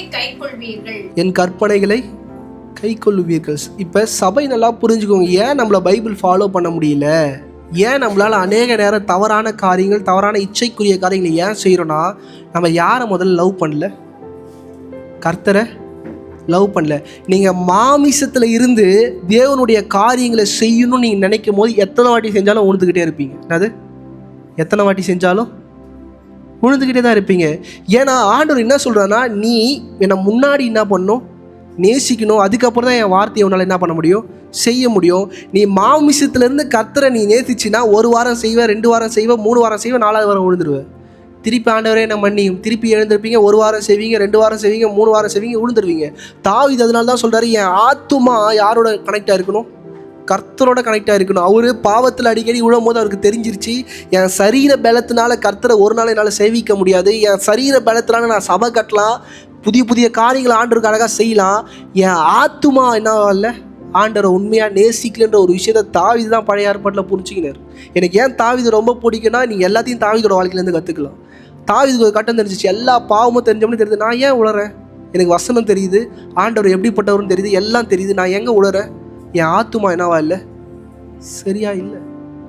இந்த காலையில் சொல்கிறேங்க, இன்றைக்கி ரூல்ஸ் அண்ட் ரெகுலேஷன் நீங்கள் எடுத்து பார்த்தீங்கன்னா எப்படி செயல்படுது. இந்த சென்னையிலே எடுத்துக்கோங்க, டிராஃபிக் ரூல்ஸ், கேமராவும் போலீஸ்காரனும் இருந்தால் மட்டும்தான் என்னவாக இருக்கும், அந்த இடத்துல ரூல்ஸ் ஃபாலோ பண்ணப்படும். அவங்க 2 பேர் இல்லைனா நம்ம காரோட வேகமும் நம்ம பைக்கோட வேகமும் எந்த சிக்னலுக்கு என்ன பண்ணாது, கட்டுப்படுத்தவே படுத்தாது. நடுவில் ஒரு தாத்தா வந்தாலும் தள்ளி விட்டு நம்ம பாட்டு என்ன பண்ணுவோம், அவன் உழுந்தானா செத்தானா கூட கவனிக்க மாட்டோம், நம்ம பாட்டு முதல்ல என்ன பண்ணுவோம், அந்த இடத்த விட்டு போயிடும். 2 கொரிந்தியர் 3வது அதிகாரம் 6வது வசனம். அவரே எங்களை தகுதி உள்ளவர்களாக்கினார். அந்த உடன்படிக்கை எழுத்துக்குரியதாய் இராமல், நல்லா கவனிங்க, ஆவிக்குரியதாய். இன்னைக்கு நீங்களும் நானும் இந்த பைபிளை திறந்து படித்து ஒரு வாழ்க்கையை வாழ்ந்தீங்கன்னு வச்சுக்கோங்களேன், கஷ்டம். என்னது, ரொம்ப கஷ்டம். இதை படிச்சுக்கிட்டே இருக்கிறதுனால தான் எல்லாரும் நம்மளை என்ன பண்ணுறாங்க, மிளகா தலையில் அரைச்சிக்கினே இருக்கிறாங்க. படிங்க பிரதர், அடுத்த தலையில். எழுத்து என்ன பண்ணுமா, கொல்லுகிறதா. ஆவியோ என்ன பாஷை, இது உங்களுக்கு புரியலையா? ஆமாம், மரியாள் ப்ரெக்னென்ட், கல்யாணத்துக்கு முன்னாடி என்னது ப்ரெக்னென்ட். ஹஸ்பண்ட் இப்போ லவ் பண்ணோம், ஹஸ்பண்ட் இப்போ திருமணம் பண்ண, அவர் பார்க்குறாரு வயிற்றுல உள்ளத்தாச்சு. இப்போ இவன் வேசிக்கு சமம். யோசேப்பு கல் எடுக்கல, அவர் எதில் இருக்கிறாருன்னா ஆவியில் இருக்கிறாரு. அவளை என்ன பண்ணல, அவளை காயப்படுத்தல. இன்னைக்கு நல்லா கவனிங்க, பைபிள் நல்லா தெரிஞ்சு வசனம் நிறையா தெரிஞ்சவங்க தான் ஒருத்தரவை மாற்றி ஒருத்தர் பயங்கரமாக காயப்படுத்தி. நம்மளுடைய செயல்கள், நம்மளோட பேச்சுகள், நம்மளோட கண் பார்வைகள் எல்லாருமே காயப்படுத்தும். ஆனால் ஆண்டவர் சொல்கிறாரு, நீ வார்த்தையை வச்சு நீ ஒன்றுமே பண்ண முடியாது, நீ செத்து தான் போவன்ற. இதெல்லாம் ஒரு படி மேலே போய் தோரா டைமில் போய் இது யாராச்சும் சொன்னால் அவனை கொன்றுவாங்க. யாரை பார்த்து வார்த்தை வந்து தைகின்ற என் வார்த்தை தான் என் ஆண்டவர்னுவாங்க. ஆனால் புதிய உடன்படிக்கையில் அழகாக சொல்கிறார் அப்போஸ்தலனாகிய பவுல், டேய் வார்த்தையை விட்டு ஆவிக்கு வாங்க. அதுக்கு தான் இயேசு கிறிஸ்து என்ன பண்ணார், வேசி வந்து நிற்கிறா, எல்லாரும் கல்லெறிய தூக்கி அடிக்க போகிறார், தோராவை செயல்படுத்த போகிறான்னு பார்த்தா மன்னிச்சு விட்றாரு. ஏன்னா புரிஞ்சிக்கல, கல்லுக்கு கல் பல்லுக்கு ஒருத்தன் சாவடிச்சானா சாவடிக்கிற, இப்படி தான் மைண்ட் செட் நமக்கு. என்னது இப்படி தான் மைண்ட் செட். ஆனால் ஆண்டவர் ஒரு புதிய காரியத்தை என்ன பண்ணுறாரு, துவங்குறாரு. ரட்சிக்கப்பட்டு அமர்ந்திருக்கிற என்னோட சாயலுக்கு என்ன பண்ணு, வா புதிய உடன்படிக்கைக்குள்ளே வா. புதிய உடன்படிக்கை இல்லை, ஜெனிசஸ்லேருந்து அவர் அந்த உடன்படிக்கையில் தான் இருக்கிறார். பழைய ஏற்பாட்டிலேருந்து ராகாப் என்கிற வேசியை அவர் நேசிக்கிறாரு. அவரோட தாய் ஸ்தானத்தில் யாரை வைக்கிறார், ராகாப் என்கிற வேசியை வைக்கிறார். பழைய ஏற்பாடு எப்படின்னு கொலை பண்ணியிருக்கணும், பண்ணலை, இஸ்ரேலுக்குள்ளே சேர்த்துக்கிறாரு. அவர் அப்போத்துலேருந்து ஒரே மாதிரி தான் இருக்கிறாரு. இந்த இஸ்ரேல் மட்டும் எப்படி தெரியுமா, வார்த்தையை மட்டும் பிடிச்சிக்கிட்டாங்க. எதை பிடிச்சிக்கிறாங்கன்னா வார்த்தையை மட்டும் பிடிச்சினாங்க. தப்பு பண்ணிட்டேன்னா ஆடு எடுத்துன்னு போய் என்ன பண்ணு, பலி செலுத்தி. ஏன் பலி செலுத்த சொன்னார்ன்ற உணர்வு கிடையாது. இந்த காலையில் நீங்கள் அமர்ந்துருக்கிறீங்க, குற்றப்படுத்துகிற ஒரு இருதயத்தோடு இந்த பூமியில் என்ன பண்ணாதீங்க, வாழாதீங்க. ஏன்னா போன வாரம் பேசினேன், காயப்பட்ட இருதயத்தோட ஆசீர்வாதத்தை என்ன பண்ண முடியாது, பெற முடியாது. இந்த காலையில் நல்லா புரிஞ்சுக்கோங்க. பாஸ்டர் பைபிள் வசனம் சொல்லுது பெறம்பாடாதவன் தன் பிள்ளையே. நான் சொன்னேன், அந்த கான்சிக்வன்ஸ் ஆஃப் சின் எவ்வளோ பெருசுன்னு பார்த்து உங்கள் பிள்ளைகிட்ட என்ன பண்ணுங்கள், செயல்படுங்க. ஏன்னா ஆவியில் யார் செயல்படுறீர்களோ உங்கள் வாழ்க்கை தரம் இல்லை, உங்கள் ஆத்துமாவுடைய தரம் என்னவாக இருக்கும், நல்லா இருக்கும். அது நித்திய ஜீவனுக்கு நேராக என்ன பண்ணும், போவோம். நீங்கள் கசப்பான காரியங்கள் உங்கள் கண்களில், உங்கள் பேச்சில், உங்கள் செயல்களில் மாற்றி மாற்றி காயப்படுத்திக்கிறதுனால யார் ரொம்ப அடிப்படுறான்னா உங்களுக்குள்ளே இருக்கிற ஆத்துமா தான் என்ன பண்ணுது, ரொம்ப அடி வாங்குதுன்றதை என்ன பண்ணாதீங்க, மறந்துடாதீங்க. திருப்பி ஒரு வாட்டி படிங்க பிரதர், புதிய உடன்படிக்கை. ஊழியக்காரராய் இருக்கும்படி அவரே எங்களை தகுதியுள்ளவர்களாக்கினார். அந்த உடன்படிக்கை எழுதியிருக்கிறதற்குரியதராமல் ஆவிக்குரியதாய் இருக்கிறது. எழுத்து கொள்ளுகிறது, ஆவியோ உயிர்ப்பிக்கிறது. இந்த காலவேளையில் அமர்ந்திருக்கிற எல்லாரும் மிக கவனமாக இருங்கள். எழுத்து என்ன பண்ணுதான், கொள்ளுது. பாஸ்டர் அதை கள்ள உபதேசம் பண்ணுறேன்னு தயவுசெய்து நினச்சிடாங்க. நான் வசனத்தை தான் என்ன பண்ணுறேன், தெளிவாக சொல்கிறேன். உணர வேண்டும். எதிர்க்கில் இருக்கிறவங்களோட பிரச்சனைகள், எதிர்க்கில் இருக்கிறவங்க உங்களை காயப்படுத்தும் போது நீங்கள் முதலாவது எந்த இடத்துல உணரணும்னா இயேசு கிறிஸ்து இடத்துலேருந்து அவங்கள என்ன பண்ணணும், நீங்கள் பார்க்கணும். உங்களோட ஸ்தானத்துலேருந்து, நீங்கள் யாருன்ற ஸ்தானத்துலேருந்து என்ன பண்ணாதீங்க, பார்க்காது. நான் அம்மா, அவன் பையன், நான் அம்மா, அது பொண்ணு, அப்படி என்ன பண்ணாதீங்க. இயேசு கிறிஸ்து இங்கே இருந்து என் பையன்கிட்ட, என் பொண்ணுக்கிட்ட, என் கணவன்கிட்ட, என் மனைவிக்கிட்ட எப்படி பேசுவார்ன்றதை என்ன பண்ணுங்கள், முதலாவது உணருங்க. ஏன்னா சபை அதுதான் என்ன பண்ணுது, போதிக்க விரும்புகிறது. மூணாவது காரியம், உங்களுடைய சரீரத்தை ஜீவ பலியாக என்ன பண்ணுங்க, ஆண்டவருக்கு ஒப்பு கொடுங்க. வேற எதுவுமே கிடையாது. இன்றைக்கி இந்த சரீரம் தான் அநேக நேரம் உன்னை பேசிட்டான், அது உன்னை அசிங்கப்படுத்திட்டான், உன்னை இழிவுபடுத்திட்டான்னு சில காரியங்களை என்ன பண்ணும், உங்களை தூண்டி விடும். அந்த சரீரத்தையே ஆண்டவருக்கு என்ன பண்ணுங்க, கொடுத்துருங்க. ஒரு பாஸ்டர் ஒரு சாட்சி நான் கேட்டேன், மைண்ட் ப்ளோயிங். இந்த சபையில் நான் இவ்வளோ பெரிய சின்ன கூட்டத்தை வச்சு நான் அடிக்கடி யாராச்சும் ஒரு பாஸ்டரை இன்வைட் பண்ணலான்னு நான் கூப்பிட ஆசைப்படுவேன். அவங்களோட முதல் நிராகரிப்பு சபை சின்னது, அடுத்த நிராகரிப்பு எனக்கு தெரியும் எதுக்காக நிராகரிக்கிறாங்கன்னு. They can't give any thing more அப்படி. அதனால் பர்சனலாக தெரிஞ்சிருச்சு. ஆனால் ஒரு யூடியூப்பில் ஒரு பாஸ்டர் நான் பார்க்குறேன், அவர் பேட்டி கொடுக்குறாரு, அவர் கண்ணிலேருந்து தண்ணி வருது. அவரை ஒருத்தர் வந்து பாஸ்டர் பேசும்போது சொன்னாரா, பாஸ்டர் நான் சர்ச்செலாம் கொஞ்சம் பெருசாகிட்டு நான் உங்களை என்ன பண்ணுறேன் கூப்பிட்றேன். இவர் சொன்னாரா, ஏன் பாஸ்டர் சர்ச்செலாம் பெருசாகிட்டோன்னு என்ன கூப்பிட்றீங்க, இப்போ கூப்பிட்றேன். இப்போ வந்தால் அவங்களுக்கு என்னால் என்ன பண்ண முடியாது, எதுவும் பெருசாக உங்கள் அளவுக்கு என்னால் என்ன பண்ண முடியாது, கொடுக்க முடியாதுன்னும் போது அவர் அழுதுட்டாராம். ராஜ்யம் எந்த அளவுக்கு பணத்தினால தடைபட்டுருக்கு. என்னை ஒருத்தர் அழைச்சார்னா நான் அவருக்கு சொந்தமானவன், அவரோட வேலை நான் செய்கிறப்போ நான் வாஞ்சியாக இருக்கிறேன். ஆனால் எதிர்த்து இருக்கிற சபை என்னை எப்படி பார்க்குதுன்னா, எனக்கு இவ்வளோ கொடுத்தாதான் நான் வருவேன்னு சொல்லி அவங்க என்னை பார்க்கும்போது எனக்கு வலிக்குது பாஸ்டர்னு சொல்லிட்டு வேறு ஒரு பாஸ்டர்கிட்ட பேட்டி எடுக்கும்போது சொல்கிறார். இன்றைக்கி அந்த மாதிரி ஆயிடுச்சு. ராஜ்யம் என்ன ஆயிடுச்சு, ஒருத்தர் என்னை அழைச்சிட்டாரு, ஒரு அழைப்பை பெற்ற ஊழியக்காரன் மறந்துட்டான், நான் அவருக்கு ஸ்லேவ். என்னது, நான் ஒரு சர்ச்சுக்கு பிரசங்கம் பண்ண போகிறேன், நான் ஒரு சர்ச்சுக்கு பாட்டு போட போகிறேன்னா என்னை மூலையில் ஒரு பாய் போட்டு படுக்க சொன்னால் நான் படுக்கணும், இல்லை ரோட்டில் கொஞ்ச நேரம் படுத்துருந்து என்னை ஏஞ்சி வந்து மைக்கு கொடுத்து பேசணும்னா நான் பேசணும். ஆனால் அவங்க என்னை எப்படி பார்க்குறாங்கன்னா, எனக்கு ஏசி ரூம் போடணுமா, எனக்கு 1 லட்ச ரூபாய் ஆஃபரிங் கொடுக்கணுமா, இவங்களா முடிவு பண்ணிக்கிறாங்க. அவர் சொல்லி அழுகுறாரு. சபை வீணாய் போய் கொண்டு இருக்கிறது. யாருக்கு 1 லட்சம் கொடுத்து வரானோ அவன் தான் பெரிய ஆளுன்ற பிம்பத்தில் இருக்கிறாங்க. இந்த கோட்டு இந்த சூட்டு இதெல்லாம் ஆர்டர் போட்ட அவர் சொல்கிறார், பிச்சை பாஸ்டர் வெளியே நிற்கிற என் பென்ஸுக்காரனது பிச்சை. நான் ஒரு நாளும் அப்படி நினச்சதில்லை. ஆனால் பார்க்குற ஊழியக்காரனை எப்படி என்னை பார்க்குறான், இதெல்லாம் கொடுத்தா தான் நான் வருவேன்னு பார்க்குறான். இதுக்கு காரணம் அவங்க இல்லை, அநேக ஊழியக்காரர்கள் காரணம்னு சொல்லி அப்படியே டியர்ஸ் வருது. சிடி போட்டாராம்.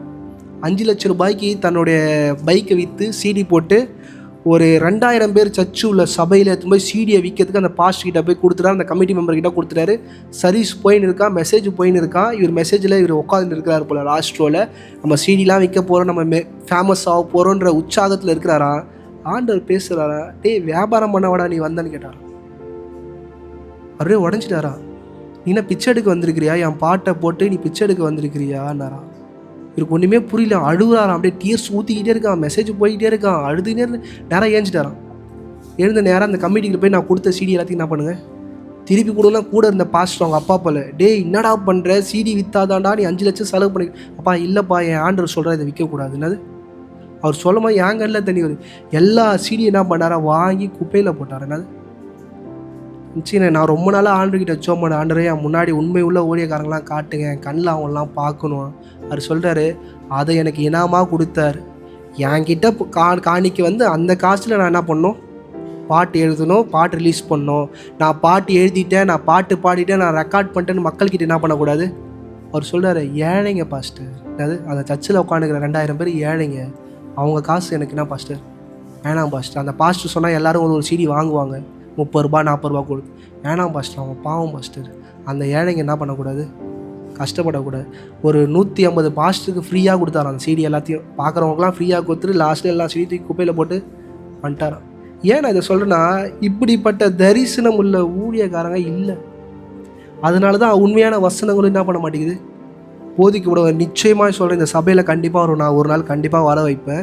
ஏன்னா நான் அவர் அதிகமாக நேசிக்க ஆரம்பிச்சிட்டேன். ஏன் உங்களுக்கு சொல்லணும்னா, இப்படிப்பட்டவங்களை அதிகமாக என்ன பண்ணுங்க, நேசிங்க. 1 பேதுரு 2வது அதிகாரம் 11-12. அந்நியர்களும் பரதேசிகளுமாய் இருக்கிற நீங்கள் ஆத்துமாவுக்கு விரோதமாய் போர் செய்கிற மாம்ச இச்சைகளை விட்டு விலகி. நல்லா கவனிங்க, ஆத்துமாவுக்கு விரோதமாக என்ன பண்ணுதான், போர் செய்யுதான். இன்னைக்கு நம்ம சரீரம் அநேக நேரம் நம்ம ஆத்துமாவுக்கு விரோதமாக என்ன பண்ணுது, போர் செய்து சில இச்சைக்குரிய காரியங்களை செய்ய வைக்குது. இன்றைக்கி சொல்கிற இந்த சபையில் அமர்ந்திருக்கிற நான் மட்டும் விதிவிலக்கு கிடையாது. என்ன பாஸ்டர், குடித்தா சிகரெட் பிடிச்சா மட்டும்தான் தப்புன்னு உலகம் நினச்சின்னு இருக்குது. இன்றைக்கி உங்கள் சரீரத்தை தீட்டுப்படுத்தக்கூடிய எதுவுமே நீங்கள் சாப்பிடக்கூடாது. சபை நல்லா புரிஞ்சுக்கோங்க. இன்றைக்கி நல்லவை வாய்க்குள்ள என்ன பண்ணும், போன ஒரு too much of Coca Cola குடிக்கிறது கூட தப்பு, ஸ்ப்ரைட்டு குடிக்கிறது கூட அது தப்பு. நான் அடிக்கடி சொல்லுவேன், சிப்ஸு குடிக்கிறது தப்பு, இவ்வளோ கறி எடுத்து தட்டில் போட்டு சாப்பிட்றது தப்பு. இன்றைக்கி நான் சொல்கிறேன், இது தேவனுடைய ஆலயமாக இருக்கிறது. இதை தீட்டுப்படுத்தாமல் யார் பார்த்துக்கணும்? இதை நீங்கள் தீட்டுப்படுத்தா அவர் உங்களை இடிச்சிடுவார். சபை நல்லா சொல்கிறேன், உங்களை இடிச்சிடுவார். அவரோட ஆலயம் எது தெரியுமா, இந்த சரீரம். இந்த அவர் உங்களுக்கு ஒரு எக்ஸ்பிரி டேட் வச்சிருக்கிறார். நல்லா புரிஞ்சுக்கோங்க. இந்த காலையில் நீங்கள் அமர்ந்துருக்கிறீங்க, அநேக பேர் வயசு ஆயிடுச்சுன்னா அவ்வளோதான் பாஸ்டர் என் கடமெல்லாம் முடிஞ்சிச்சு. உங்கள் வாயில் தான் சொல்லாதீங்க. ஆண்டவர் உங்களுக்கு ஒரு டேட் வச்சுருக்கிறார், ஆண்டவர் உங்களுக்கு வயசு வச்சுருக்கிறார். அது வரைக்கும் நீங்கள் பூமியில் என்ன பண்ணணும். நீங்கள் நினைக்கிறீங்களா, ட்ரெயினில் போகும்போது எங்கேனாச்சும் உங்கள் மூலிமா தொடப்படுகிற நபர் இருப்பாங்க, உங்களுக்கே தெரியாது. உங்கள் ப்ரெசன்ஸ் அந்த இடத்துல தேவைப்பட்டிருக்கும். ஆனால் நீங்கள் இஷ்டத்துக்குன்னு ஒரு வாழ்க்கையை வாழ்ந்து ஒரு சீக்கிரமாக மறித்து போயிட்டீங்கன்னா அது தேவனால் என்ன பண்ண முடியாது, செய்து முடிக்க முடியாது. அந்த இடத்துல வேறு ஒரு ஆளால் என்ன பண்ணணும், அவர் பிளேஸ் பண்ண. உங்கள் சரீரம் மிக ப்ரெஷியஸ். உங்கள் பிள்ளை அந்த 1 வயசு ஆகுற வரைக்கும் அதுக்கு என்ன பண்ணுறீங்க, பார்த்து பார்த்து பார்த்து பார்த்து பார்த்து பார்த்து ஒரு சின்ன விஷயம் கூட நாக்கில் என்ன பண்ணக்கூடாது, பற்றக்கூடாது. ஆனால் அந்த பிள்ளை வளர்ந்து வந்த பிறகு இஷ்டத்துக்கு உங்கள் பிள்ளை என்ன பண்ணிடுறோம், என்னாலும் சாப்பிட்டோம் பாஸ்டர், என்னாலும் இது பண்ணிட்டோம், எங்கனாலும் போட்டோம் விட்டுறோம். இன்றைக்கி நம்மளையும் எப்படி கேர் பண்ணுன்ற ஒரு விஷயத்தை நம்ம என்ன பண்ணுறோம், மறந்துடுறோம். இந்த இச்சையை விட்டு விலக வேண்டியது மிக அவசியமாக இருக்குது. படிங்கம்மா. உங்களை அக்கிரமக்காரருக்கு விரோதமாய் பேசும் விஷயத்தில் அவர்கள் உங்கள் நற்கிரியைகளை கண்டு அவற்றின் நிமித்தம் சந்திப்பின் நாளிலே தேவனை மகிமைப்படுத்தும்படி. நல்லா கவனிங்க, உங்கள் நிமித்தம் மகிமைப்படணுங்க. இன்னைக்கு பிரச்சனை என்ன தெரியுமா, ரட்சிக்கப்பட்டவனும் ரட்சிக்கப்படாதவனுக்கும் உள்ள ஒரு வித்தியாசத்தை அழகாக சொல்கிறேன். அநேக நேரம் நம்ம போவோம், ரட்சிக்கப்படாதவங்கிட்ட பேசுவோம், நான் யார், கிறிஸ்துவன் என்கிற பிக்சரை நீங்கள் காமிச்சிடுவீங்க. சில நேரம் அவன் உடைக்கப்பட்டிருக்கும் போது, நான் அவனுக்காக என்ன பண்ணுறேன், ஜெபம் பண்ணிக்கிறேன்ற காரியத்தையும் நீங்கள் சொல்லுவீங்க. ஆனால் அவன் கூடயே உட்காந்து சில தவறான காரியங்களை நீங்கள் பண்ணும்போது யோசிச்சு பாருங்கள், அவன் நம்மளை குறித்து நான் யோசிப்பான். நல்லா ஜெபம் பண்ணால், ஆனால் அவனும் என் கூட வந்து உட்காந்து தேவையில்லாத காரியங்கள், தேவையில்லாத இச்சைக்குரிய வார்த்தைகளை நீங்கள் உங்கள் வாய் பேசும்போது அவன் ஆண்டவரை நேசிக்க முடியுமா? சத்தியமாக நீங்களும் அவன் கூட உட்காந்து பண்ணுகிற சில தவறான காரியங்கள், தவறான பழக்க வழக்கங்கள் நல்லா யோசிச்சு பாருங்கள், அவனால் ரசிக்க முடியுமா? அவனோட என்ன தெரியுமா, அந்த நபரை சர்ச்சுக்கு, என் ஃப்ரெண்டு சர்ச்சுக்கு போகிறான்டா, அவனும் இதெல்லாம் என்ன பண்ணுவான், என் கூட சேர்ந்து பண்ணுவான். இன்னைக்கு யாரை தூஷிக்கிறோன்னா, இந்த மாதிரி இடங்கள்ல கர்த்தரை தூஷிச்சுறோம். படிங்கம்மா. தேவனை மகிமைப்படுத்தும்படி நீங்கள் அவர்களுக்குள்ளே நல் நடக்கை உள்ளவர்களாய். நல்லா கவனிங்க, அவங்க முன்னாடி நீங்கள் ஒழுக்கமானவர்களாக நடக்கணும். நம்மளும் கை போட்டு வாடா மாமா மச்சான் இப்படி எல்லா அசுத்தமான வார்த்தைகளும் போட்டுக்கிட்டு டான்ஸ் ஆடிக்கிட்டு வேணாம். அவன் வேற, நீங்கள் வேற. இதுக்காக தான் கர்த்தர் உங்களை வேர் பிரிச்சிருக்கிறாரு. ஆனால் வேர் பிரிச்சதுக்கான வித்தியாசத்தை நம்ம அநேக நேரம் வெளியே போய் காட்ட மாட்டோம். ஃபஸ்ட்டு நான் அந்த இடத்துல நான் கிறிஸ்துவன்னு காட்டிக்க மாட்டேன் பாஸ்டர். என்னது அந்த இடத்துல நான் நீ கிறிஸ்துவன்னு காட்டிக்க தேவையில்லை, நீ அப்படி தான் இருக்கணும். இதுதான் சபை சொல்லுது, வேதம் என்ன சொல்லுது, அதுதான் சொல்லுது. ஏசு கிறிஸ்து எங்கேயுமே என்ன பண்ணுற கலப்பு வச்சுக்கல. அவராக தான் இருந்தார். அவரோட ஆடையாக இருக்கட்டும், அவர் பேச்சாக இருக்கட்டும், அவர் செயலாக இருக்கட்டும். ஏன் பெரிய பெரிய ஊழியக்காரனே முன்னாடி வந்து இந்த ஏதோ பேசி பார்த்தாங்க. நான் எங்கள் அப்பா அமிச்சபடி தான் நான் என்ன பண்ணுவேன், செய்வேன். பேதுருவே சொல்கிறேன், ஆண்டவரே நான் உங்களை அனுப்ப மாட்டேன். நீ அதை என்ன பண்ணக்கூடாது, சொல்லக்கூடாது.